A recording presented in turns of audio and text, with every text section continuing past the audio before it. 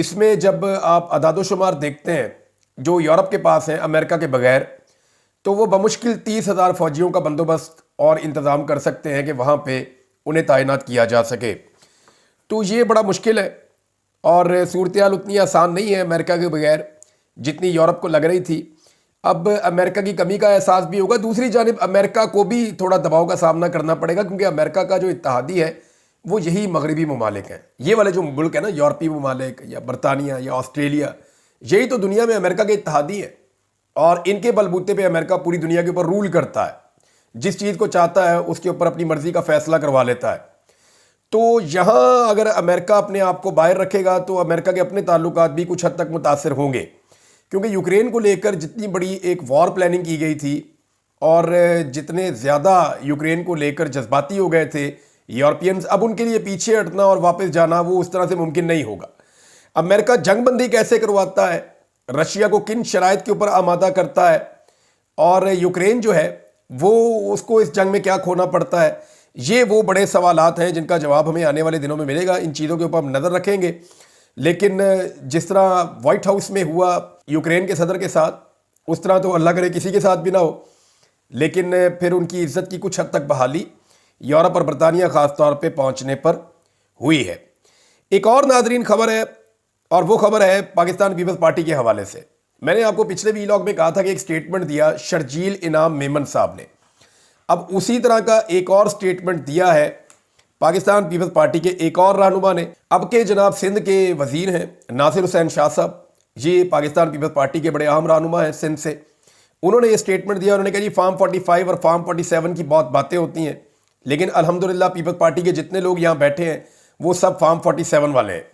یہ ان کے منہ سے نکل گیا، ان کی زبان پھسل گئی، ایکچولی وہ فارم 45 کہنا چاہ رہے تھے۔ یہ ایجنڈا کیوں لے کر آ رہی ہے پیپلز پارٹی بار بار؟ دیکھیں صرف بات یہاں نہیں رک جاتی، ایک سٹیٹمنٹ اور ہے، اس کو اگر آپ اس کے ساتھ ملا کر پڑھیں گے تو پھر آپ کو پوری بات سمجھ آ جائے گی۔ یہ سٹیٹمنٹ ہے سید نوید قمر صاحب کا۔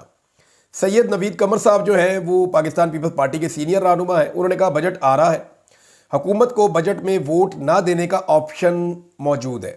ابھی یہ مارچ کا مہینہ ہے، مارچ پورا اور اپریل پورا گزرے گا، پھر مئی پورا گزرے گا، پھر جون میں جا کے بجٹ آنا ہے۔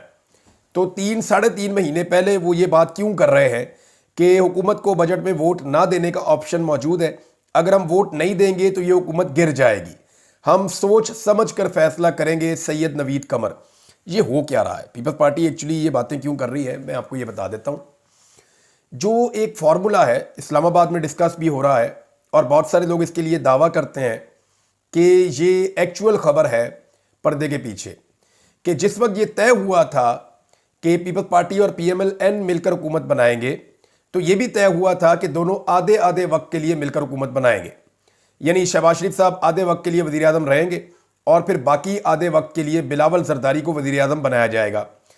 اب یہ کیوں ہونا چاہیے؟ آصف علی زرداری یہ سمجھتے ہیں کہ ان کے بیٹے کی جو سیاسی صلاحیت ہے وہ اس قدر نہیں ہے کہ وہ آصف علی زرداری صاحب کے بعد کسی وقت خود سے وزیر اعظم پاکستان بن جائے تو اس کا ہاتھ پکڑ کے ایک مرتبہ اسے وزیر اعظم کی کرسی پر بٹھانا لازم ہے۔ تو زرداری صاحب نے اپنے منہ سے یہ بات ایک دن کہی بھی تھی، آپ کو یاد ہوگا زرداری صاحب نے فرمایا تھا کہ میں اپنی زندگی میں بلاول کو وزیر اعظم دیکھنا چاہتا ہوں۔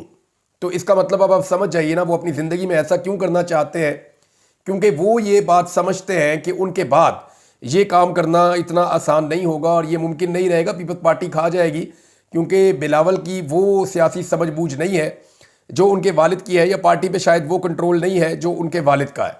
تو اب وہ یہ چاہتے ہیں بن جائے، لیکن ہوا یہ کہ بیچ میں اسٹیبلشمنٹس کے زیادہ نزدیک ہو گئی مریم نواز کی اسٹیبلشمنٹ کے ساتھ جو قربتیں بڑی ہیں اور جس قسم کے مناظر ہم نے دیکھے، خاص طور پہ آرمی چیف کے ساتھ جو ان کی انگیجمنٹ رہی 2-3 مرتبہ، ان کی وجہ سے بھی پیپلز پارٹی میں بے چینی بڑھی ہے، اور انہیں لگا کہ ایسا تو نہیں کہ کہیں دھوکہ ہمارے ساتھ ہو جائے اور پھر مڈ ٹرم الیکشن ہو جائے اور اس کے بعد مریم نواز کو وزیر اعظم پاکستان بنانے کی طرف ایک سفر شروع کر دیا جائے۔ اب یہ پاکستان پیپلز پارٹی کو یہ چیزیں بے چین کر رہی ہیں، تو اس بے چینی جو ہے وہ آہستہ آہستہ دھمکیوں میں بدلتی ہے، اور آہستہ آہستہ جو ہے پریشر بڑھانے کے لیے اس قسم کے سٹیٹمنٹس بھی سامنے آ جاتے ہیں۔ ناظرین ایک اور خبر ہے، اور یہ خبر اگر آپ سنیں گے تو آپ کو غصہ آئے گا کہ آپ حرکتیں ان کی چیک کریں کہ یہ کر کیا رہے ہیں پاکستان میں۔ ایک خاتون ہے 20ویں گریڈ کی، اور ان کو جناب عہدے سے فارغ کر دیا گیا ہے۔ اور یہ خبر دی ہے شہباز رانا صاحب نے۔ شہباز رانا صاحب خبر لے کر آئے، خبر یہ ہے کہ وزیر خزانہ محمد اورنگزیب ان کے لیے ایک نان کسٹم پیڈ گاڑی ہے اور اس کے اوپر جھنڈا نہ لگانے پر 20ویں گریڈ کی خاتون افسر کو عہدے سے فارغ کر دیا گیا۔ نان کسٹم پیڈ گاڑی پتہ کون سی ہوتی ہے؟ جس کا ٹیکس نہیں بھرا ہوا ہوتا۔ اب وزیر خزانہ کا کام کیا ہے؟ پاکستان سے ٹیکس اکٹھا کرنا۔ وزیر خزانہ کی ڈیوٹی کیا ہے؟ پاکستانیوں سے ٹیکس اکٹھا کرنا، بہت زیادہ پیسہ جمع کرنا اور اس کو اس طریقے سے خرچ کرنا ملک کے اندر کہ اس سے اور پیسہ جنریٹ ہو اور ملک کی معیشت بہتر ہو۔ لیکن آپ اندازہ کریں کہ وزیر خزانہ جو پاکستان کے لیے ٹیکس جمع کرتا ہے، وہ وزیر خزانہ خود ایک ایسی گاڑی رکھتا ہے جو کہ نان کسٹم پیڈ ہے اس خبر کے مطابق۔ یعنی اگر وزیر خزانہ کی اپنی گاڑی نان کسٹم پیڈ ہے، ان کی اپنی گاڑی پر ٹیکس ادا نہیں کیا گیا، تو پھر پاکستان میں اور کون ٹیکس ادا کرنا چاہے گا؟ تو نان کسٹم پیڈ گاڑی کے اوپر جھنڈا لگوانا چاہ رہے تھے۔ اب یہ کوئی سرکاری خاتون تھی، انہوں نے کہا جی کہ گاڑی کے کاغذ ہی نہیں ہے، اس پہ میں جھنڈا کہاں سے لگا دوں؟ تو انہوں نے جناب اس پہ قانونی حیثیت پہ سوال اٹھایا۔ اس کے بعد وہ جو خاتون آفیسر ہیں ان کو عہدے سے فارغ کر دیا گیا۔ یہ ہے ناظرین پاکستان میں آوے کا آوا بگڑا ہوا۔ اب اورنگزیب صاحب کو اس لیے لایا گیا تھا کہ یہ ذرا سیاسی قسم کے بندے نہیں ہیں، یہ اس طرح کی لٹ مار نہیں کریں گے، ان کا کوئی سیاسی موٹیو نہیں ہے۔ لیکن آپ دیکھیں وہ بھی نان کسٹم گاڑی چلانا چاہتے ہیں روایتی سیاستدانوں کی طرح۔ یعنی یہاں پہ خربوزے کو دیکھ کر رنگ بدل جاتا ہے، اور انہیں اس بات کا پتہ ہے نان کسٹم گاڑی کے اوپر تو ہے، گاڑی تو سستی ہوتی ہے نا، کسٹم بہت زیادہ ہوتا ہے۔ موجیں کرو، وزارت ہے پاکستان میں، موج لٹو۔ لیکن وہ ایک بیوروکریٹ ہے، وہ کھڑی ہو گئی اور اس کو جناب عہدے سے ہٹا دیا گیا شہباز رانا صاحب کی خبر کے مطابق۔ ناظرین ایک اور خبر جو بار بار دی جا رہی ہے کہ آذربائیجان میں شہباز شریف صاحب نے جو بار بار دورے کیے ہیں، ان دوروں کے نتیجے میں آذربائیجان پاکستان میں کوئی $2 ارب کی سرمایہ کاری کرنے جا رہا ہے۔ دیکھیں یہ خبر دینے سے پہلے نا ہمارے لوگ ذرا سوچتے بھی کم ہیں۔ آپ دو چیزوں پہ غور کر لیں، ایک تو آذربائیجان کا جو ٹوٹل جی ڈی پی ہے نا وہ پاکستان سے 5 گنا کم ہے۔ یعنی پاکستان کا جتنا جی ڈی پی ہے وہ آذربائیجان سے 5 گنا زیادہ ہے۔ دوسرا، آذربائیجان کے اپنے زر مبادلہ کے ذخائر پاکستان سے کم ہے۔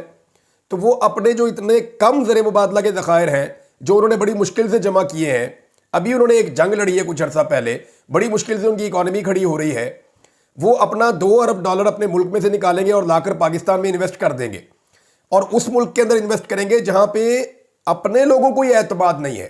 ابھی ایک سروے میں نے آپ کو پچھلے ویلاگ میں پڑھ کے سنایا نا کہ پاکستانیوں کو 88% پاکستانی ایسے ہیں جنہیں پاکستان میں سرمایہ کاری کرنے پہ اعتماد ہی نہیں ہے، وہ کرنے ہی نہیں چاہتے۔ یہاں پہ ہر 5 میں سے ایک پاکستانی صرف ایسا ہے جو اس کے بارے میں سوچ سکتا ہے، باقی لوگ تو یہاں پہ کام ہی نہیں کرنا چاہتے، پیسہ ہی نہیں لگانا چاہتے، سرمایہ کو محفوظ ہی نہیں سمجھتے۔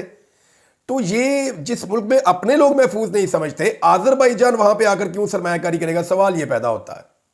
دوسرا ایک اور بڑا امپارٹنٹ کوسچن ہے، دیکھیں یہ جو ایم او یو سائن ہوتے ہیں نا، ان کا کوئی جواب نہیں ہوتا۔ یہ تو خیر سگالی ہوتے ہیں نا، جی ہم اس کے اوپر کام کر لیتے ہیں، اس پہ کام کر لیتے ہیں، اس پہ کام کر لیتے ہیں، اتنے ارب ڈالر آ جائیں گے۔ ایم او یو اگر سائن کرنے ہیں تو آپ آذربائیجان کے ساتھ ایک $100 ارب کے ایم او یوز بھی سائن کر سکتے ہیں۔ یعنی میں ایک بندہ پکڑ دیتا ہوں، کوئی بھی انگریز کل اس کے ساتھ 10 ایم او یو سائن کر دیتا ہوں $2 ارب کے، تو ہمیں کون سا قانون پکڑے گا یا پوچھے گا؟ ان کی بنیاد کے اوپر آپ خبریں نہیں بنا سکتے۔ آذربائیجان کے اندر پاکستانی بہت ساری انویسٹمنٹ کر رہے ہیں۔ میں کیونکہ آذربائیجان میں نے ٹریول کیا کچھ عرصہ پہلے، تو میں نے یہ دیکھا کہ وہ اپنی اکانومی کو بہتر بنانے کے لیے انڈیا اور پاکستان سے وہاں پہ باقاعدہ انویسٹمنٹ جاری ہے، اور وہ انویسٹمنٹ کے حوالے سے کچھ انہوں نے ویزاز اور کچھ انہوں نے سہولتیں بھی پرووائڈ کی ہوئی ہیں۔ تو وہ تو چاہ رہے ہیں ان کے ملک میں پیسہ آئے، تو وہ وہاں سے پیسہ نکال کر پاکستان میں کیوں لے کر آئیں گے، ایک ایسے ملک میں جس ملک کے اندر آلریڈی اس ملک کے اپنے لوگ پیسہ لے کر اس ملک سے باہر جا رہے ہیں۔ ناظرین پرویز خٹک صاحب نے کابینہ تو جوائن کر لی ہے شہباز شریف صاحب کی، لیکن حیرت کی بات یہ ہے کہ وہ اپنی ہی کابینہ میں اجنبی ہیں۔ یعنی کوئی بھی انہیں خوش آمدید نہیں کہہ رہا، کوئی بھی ان کا دفاع نہیں کر پا رہا، بلکہ پی ایم ایل این کے لوگ کہہ رہے ہیں جی ٹھیک ہے شہباز شریف صاحب سے پوچھیں کہ کیوں رکھا پرویز خٹک صاحب کو۔